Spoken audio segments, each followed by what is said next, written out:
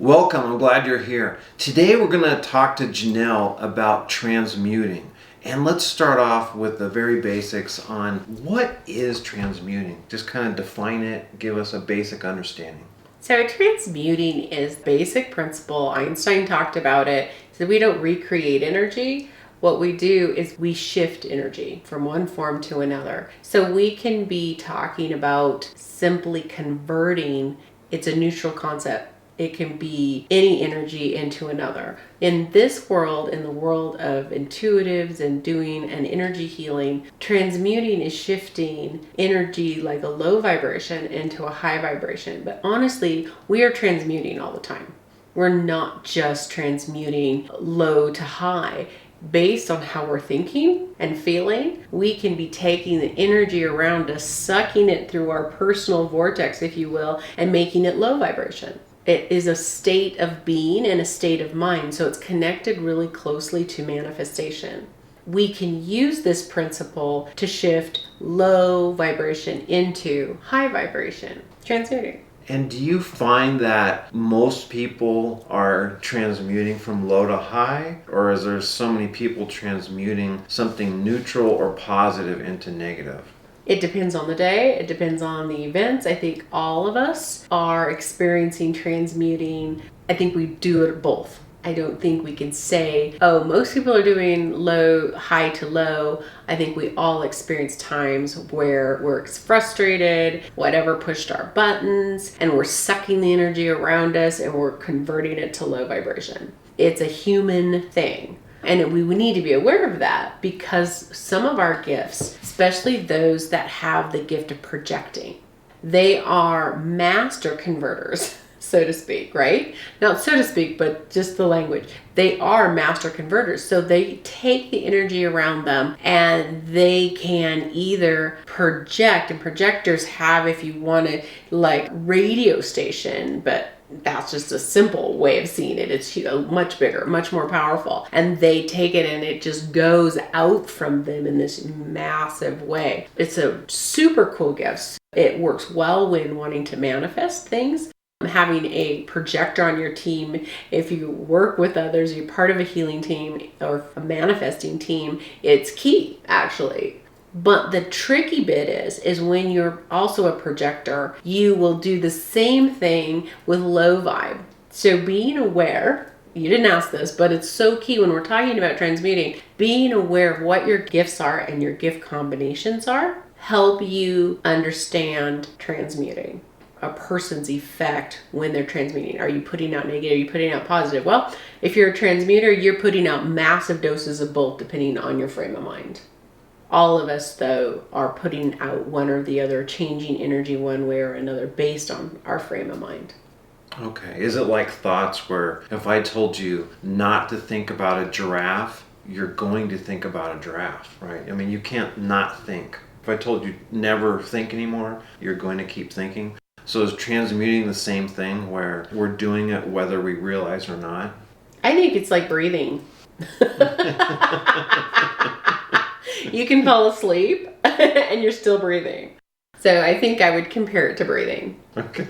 It's just always on. You're always on. Okay.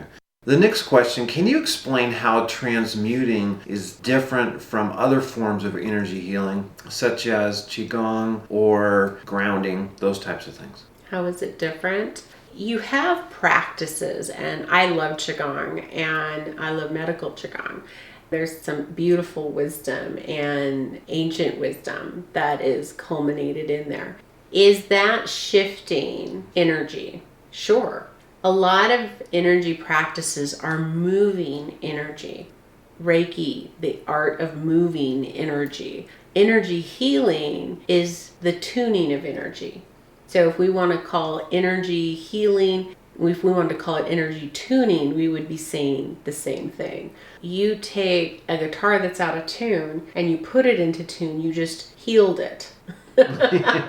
Okay? You just tuned it. Transmuting means to shift energy like we were talking about. So you want to shift the energy. So now let's put mud on those strings and we can tune them, but they'll still be stuck in a low vibrating because the strings vibrate and they will not be in tune.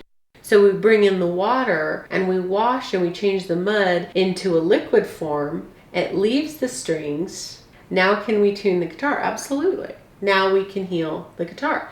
When we think about different energy practices, they all have what they're bringing to the table. So it's like, okay, they're focusing on moving the energy. Awesome. We're focusing on moving our body so that the energy moves through our body. Does every practice focus on transmuting or shifting that energy from low to high? Maybe at different times. I don't know every rule out there, but the importance, or every practice to that degree, but the importance of bringing it into our practice, whatever practice we're drawn to. If you love yoga and you're a yoga instructor, if you're a Qigong instructor or a Reiki master, bringing this skill of transmuting into whatever we're doing is super, super valuable. Takes us back to the guitar. It transmutes, it shifts it from one type of look, so the mud, to another form of that same element so that we can tune the body, or tune if we're healing the world or working on plant life. It's the same thing. We're bringing that vibration up through that transmuting. Let's say a client wants to work with you and they want to work on transmuting. How do you facilitate that in a healing session? Let's say they want to heal. How would that look? I work with individuals one-on-one. I work with groups of people because sometimes they're coming to me and they're wanting to really engage with who they are as a intuitive. They want to enhance their intuitive gifts, but we need to heal to get there. Part of really connecting to ourselves is figuring out, what's blocking us from it in the first place, right? So it's very individual. It's a very individual process because what's blocking you? And what do we need to do with that? But some principles are that, one, we need to identify that I am blocked. There's different things we've picked up because we're just living life. We've all experienced different forms of trauma. Many of us, our families have experienced many forms of trauma, and that's echoing in our body right now.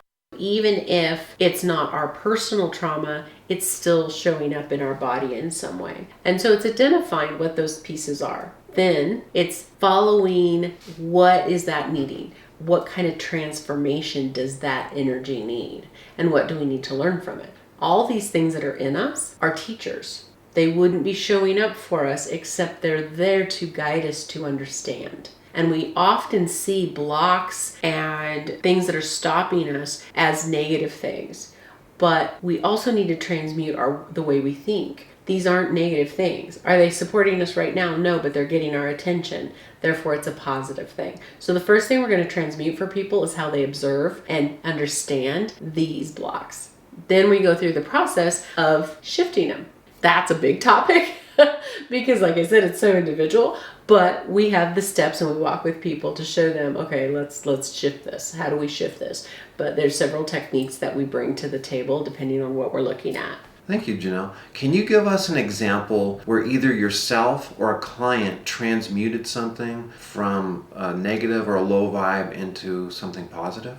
Yes, we have several because that's the whole process. We are continually within the 6-week, 3-month, 6-month levels, right? We have levels, but that's the point. That's step one. Let's start transmuting. Let's get you connected to who you are and removing those blocks. An example of that, here's one we see a lot. So the more empathic you are, the more gifted you are, often you're really sensitive to energy outside of yourself. So people and how they feel, you'll pick that up and it can feel like your own energy. It can be overwhelming. It can affect your mood, how you feel, and etc.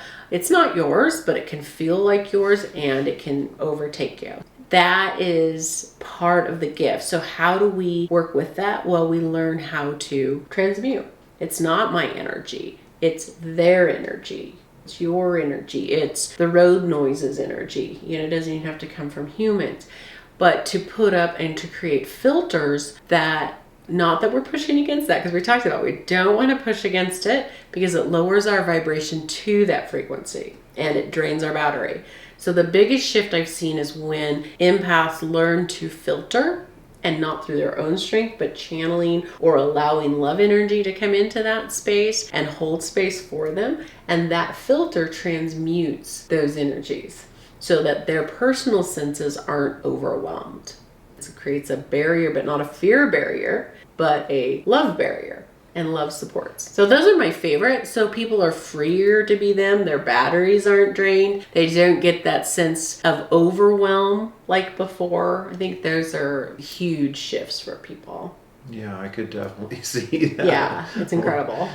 If you'd like to learn more about transmuting, developing your gifts, and being able to live at a higher vibration, visit Janell's website at janellrae.com. That's JANELLRAE.com. Or her email, if you want to contact her directly, is Janell, JANELL, at JanellRae, JANELLRAE.com. We look forward to hearing from you or seeing you in the next video.